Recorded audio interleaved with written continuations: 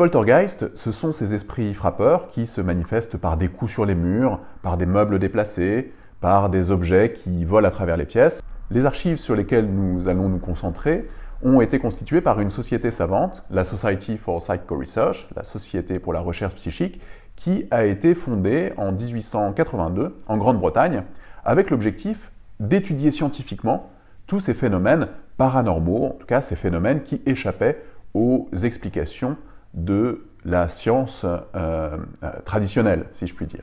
Dans les années 20, une jeune enquêtrice, Eve Brackenbury, se rend dans les maisons affectées par ces phénomènes de poltergeist. Elle essaye d'y comprendre ce qu'il se passe, de cartographier les événements pour voir quelle peut être la cause de ces objets lancés, de ces meubles déplacés, de tous ces chamboulements qui affectent les ménages de ces maisons à cette époque. Ce qui est intéressant d'un point de vue anthropologique, c'est que ces poltergeists émergent dans un certain type de situation. Déjà, dans un certain type de contexte historique. L'Angleterre des années 20 est travaillée par des conflits sociaux, en tout cas des tensions sociales autour des questions de genre.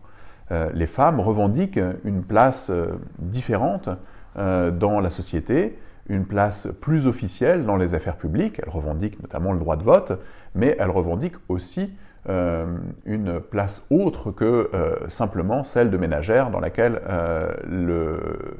l'ère victorienne a voulu les confiner.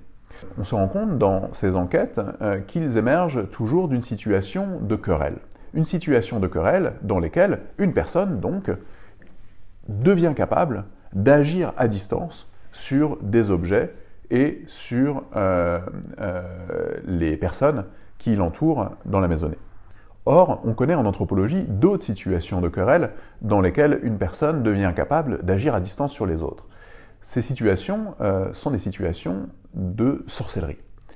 La sorcellerie, c'est aussi un moment de querelle, un moment de tension sociale, dans lequel une personne, souvent une femme, est accusée de causer des maladies ou diverses sortes de troubles par un pouvoir un peu mystérieux et qui lui permet d'agir à distance sur les autres. C'est d'essayer de comprendre la forme relationnelle particulière dans laquelle une personne devient capable d'agir à distance sur les autres.